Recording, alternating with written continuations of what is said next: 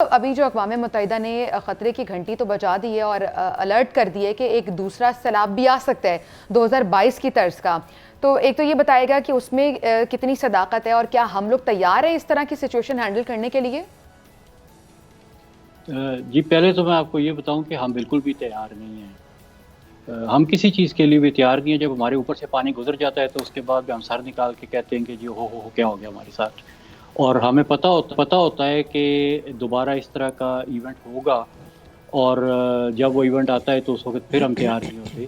یہ 2010 کے جو سیلاب آئے تھے اس کے اوپر ایکچولی ایک سے زیادہ scientific papers worldwide publish ہوئے تھے، جن میں اکثر پیپرز میں یہ بات کی گئی تھی کہ جو نیکسٹ انیویٹیبل ڈیزاسٹر ہے اس کے لیے پاکستان کو کیا کرنا چاہیے اور کیا پاکستان نے کیا ہے.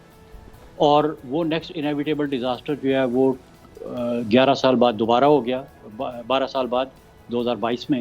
اور ہم بالکل اسی طرح سے انپریپیئرڈ تھے جس طرح ہم 2010 میں انپریپیئرڈ تھے، اور انشاءاللہ ہم آئندہ بھی اسی طرح سے انپریپیئرڈ ہوں گے، چاہے چھوٹا سیلاب آئے چاہے بڑا سیلاب آئے. ہم نے بس ڈوبنا ہوتا ہے، ڈوبنے کے بعد انشاءاللہ نہ کہ ڈاکٹر صاحب آپ کی بات بالکل ٹھیک ہے، ایسے ہی ہوتا ہے. دیکھیے میں اس لیے کہہ رہا ہوں کیونکہ دیکھیے ہمارے طرز میں کسی قسم کا کوئی فرق نہیں آیا. ہم نے ڈاکٹر صاحب اقوام متحدہ ہمیں بتا رہا ہے کہ بھائی آپ کے ہاں سیلاب آ سکتا ہے، جو ہمارا اپنا ادارہ ہے NDMA، کیا اس کو نہیں الرٹ بتانا چاہیے تھا؟ وہ کہاں پر ہے؟ دیکھیے NDMA کے الرٹس آتے رہتے ہیں، ان کی اگر آپ ویب سائٹ پہ جائیں تو ان کے الرٹس لکھے ہوتے ہیں. اور لیکن دیکھیے یہ جو ایک پیش گوئی ہے نا، یہ پیش گوئی بہت حتمی جو ہے اس کو کرنا اس وقت جو ورلڈ وائڈ سائنس ہے وہ اس لیول پہ نہیں ہے کہ آپ کوئی بہت حتمی پیش گوئی جو ہے وہ بڑے سیلاب کی مہینہ ڈیڑھ مہینہ پہلے یا 2 ہفتے پہلے کر سکیں. اب بھی ہمارے ویدر سسٹمز کی جو فورکاسٹنگ ہے وہ بہت بہتر ہو گئی ہے، لیکن ابھی اس لیول پہ دنیا نہیں پہنچی کہ میں بتا دوں کہ جی اگلے مہینے جو ہے بہت بڑا سیلاب آنے لگا ہے. صحیح. اچھا سر یہ بتائیے گا سر، آپ کو کیا لگتا ہے پوری دنیا کلائمیٹ چینج کے حوالے سے کانفرنسز ہو رہی ہیں، ادراک ہے، ریئلائزیشن ہے، سر ہمارے ملک میں تو ہر سال سیلاب آتے ہیں، اب آپ کو کیا لگتا ہے ہماری ترجیحات میں ہی یہ چیزیں شامل نہیں ہیں، یا ہمیں اس چیز کی ریئلائزیشن ہی نہیں ہے کہ یہ جو کلائمیٹ چینج ہے ہماری نسلوں کی بقا کا مسئلہ ہے، ہماری ترجیحات ہی مختلف ہیں، یا ویسے ہی ہم اتنے انکمپیٹنس ہے باقی اداروں کی باقی شعبوں کی جگہ کہ ہمیں ریئلائزیشن ہی نہیں ہے کہ کتنی سنگین نوعیت ہو چکی ہے؟ جی میرے خیال میں جو 2 باتیں ہم نے کی ہیں کہ ہماری ترجیحات اور ہماری کمپیٹنس، میرے خیال میں یہ دونوں چیزیں جو ہیں یہ آڑے آتی ہیں. کچھ ہماری ترجیحات جو ہیں وہ ٹھیک الائنڈ نہیں ہیں کلائمیٹ چینج کے حساب سے، اور کچھ ہماری کمپیٹنس کا بھی ایشو ہے. دونوں چیزیں جو آتی ہیں. دیکھیے ترجیحات میں تو یہ ہے کہ اب ساری دنیا جو ہے وہ رینیویبل انرجی کی طرف مثلاً آ رہی ہے. ہماری انویسٹمنٹ جو ہے وہ ابھی بھی ڈرٹیسٹ فیول جو ہے دنیا کا کول، اس کے اوپر ہو رہی ہے.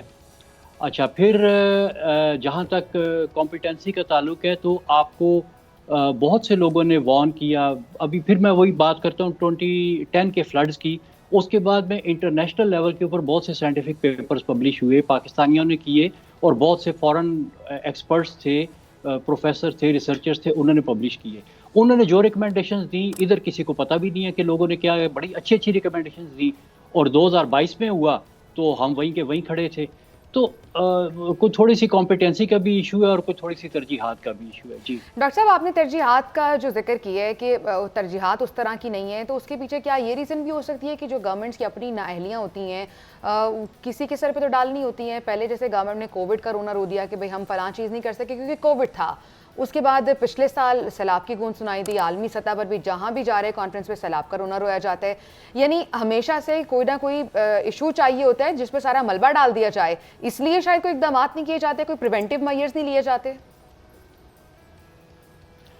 دیکھیے بات یہ ہے کہ گورنمنٹ لیول کے اوپر اگر آپ دیکھیں تو پچھلے ہم 4-5 سال سے یہی دیکھ رہے ہیں کہ اسٹیبلٹی نہیں ہے. گورنمنٹ ٹاپ پرائرٹی ہے اس وقت وہ یہ ہے کہ جو ہمارے اوپر قرضوں کا ایک بہت بڑا بوجھ ملک کے اوپر بن چکا ہے، آپ نے کسی نہ کسی طرح سے اس کو ٹیکل کرنا ہے. تو آپ کی جو فرسٹ پرائرٹی ہے وہ یہ ہوتی ہے کہ آپ نے نیکسٹ ڈیٹ سروس کی پیمنٹ کیسے کرنی ہے اور نیکسٹ قرضے کی قسط کیسے لینی ہے. تو ساری انرجیز وہاں پہ مرکوز ہو جاتی ہیں، اور پھر دیکھیں بغیر فائنانس کے بغیر پیسے کے تو کوئی کام بھی آپ نہیں کر سکتے. آپ کے بڑے اچھے اچھے پلانز بنے ہوئے ہیں لیکن وہ امپلیمنٹ نہیں ہو سکتے. اور پھر جو آپ کے پروجیکٹس جو آپ کنسیو کرتے ہیں جو آپ کو کرنے چاہیے اس کے لیے آپ کے پاس فائنینشیل ریسورسز نہیں ہوتے. تو اس وجہ سے آپ کی بہت سی چیزیں جو ہیں وہ جو ہو ٹھیک ہے سکتی ڈاکٹر ہیں صاحب، بالکل آپ نے صحیح کہا سر، آپ نے صحیح کہا، یہ تو چیزیں ہیں سر، ان حالات کا، حکومتوں کی نااہلی کا ہم رونا بھی روتے رہتے ہیں. سر اب سلوشن کیا ہے؟ باہر کے ممالک میں جب بارشیں آتی ہیں، سیلاب آتے ہیں تو وہ پانی کو ذخیرہ کرتے ہیں، قابل استعمال لاتے ہیں، وہ استعمال کے قابل ہوتی ہیں. ہمارے ہاں پانی کی بھی قلت ہے، پھر اتنا پانی آتا ہے کہ وہ پانی بھی ہمارے لیے عذاب کا باعث بنتا ہے، سیلاب آتے ہیں، تباہی مچتی ہے. تو اس کو ہم کیسے، سر ڈیمز بھی ہمارے ہاں موجود ہیں، کیا اب حکومتوں کو کرنا چاہیے؟ ڈیمز زیادہ بنانے چاہیے، ہمیں اس پانی کو ذخیرہ کرنا چاہیے، اب کرنا کیا ہوگا سر آگے ہمیں؟ جی یہ آپ نے بہت زبردست سوال کیا ہے کہ اس پانی کا جو ہے ہم نے اس کو زحمت بنایا ہوا ہے، جبکہ ابر رحمت کی ایک ٹرم ہے جو ہمارے کلچر میں بھی استعمال ہوتی ہے. بارش کو ہمیشہ رحمت سمجھا جاتا ہے. تو اس کے لیے دیکھیے ہمارا جو اس وقت ماڈرن سائنس ہے نا وہ کہتی ہے لیٹ دا ریور فلو، اور جو دریا کا راستہ ہے اس کو دو، روم فار دا ریور. ابھی یورپ میں ایک بہت بڑا انیشیٹو چل رہا ہے روم فار دا ریور کے نام سے. پھر ایک اور انیشیٹو چل رہا ہے ری وائلڈنگ یورپ، یعنی یورپ کو دوبارہ جنگلی اس کے لیول کے اوپر لے کے آنا.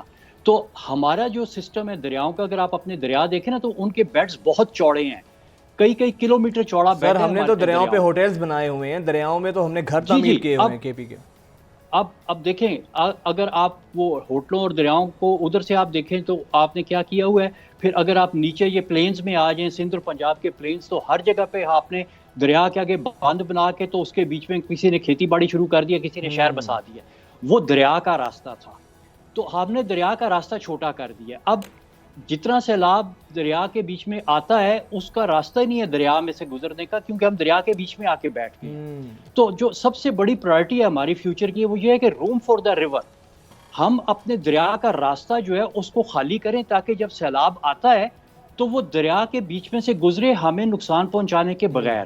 نمبر دو، جب دریا اپنے راستے میں پھیلے گا تو وہ پانی خود بخود زمین میں جذب ہو کے ہمارے ایکویفر کو ریچارج کرے گا اور ہمارے گراؤنڈ واٹر میں وہ پانی سٹور ہو جائے گا جو کہ بالکل صاف اور ڈاکٹر صاحب اس کے لیے شفاف رہے دریاؤں گا. کے پاس درخت لگانے کی بھی ضرورت ہے؟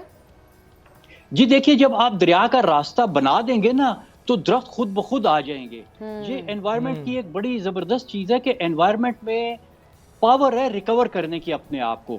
ہم نے جو درخت کاٹ دیے ہیں ہم وہ ماحول کریٹ کر دیں جس نے وہ درخت لگائے تھے تو درخت خود بخود واپس آئیں گے.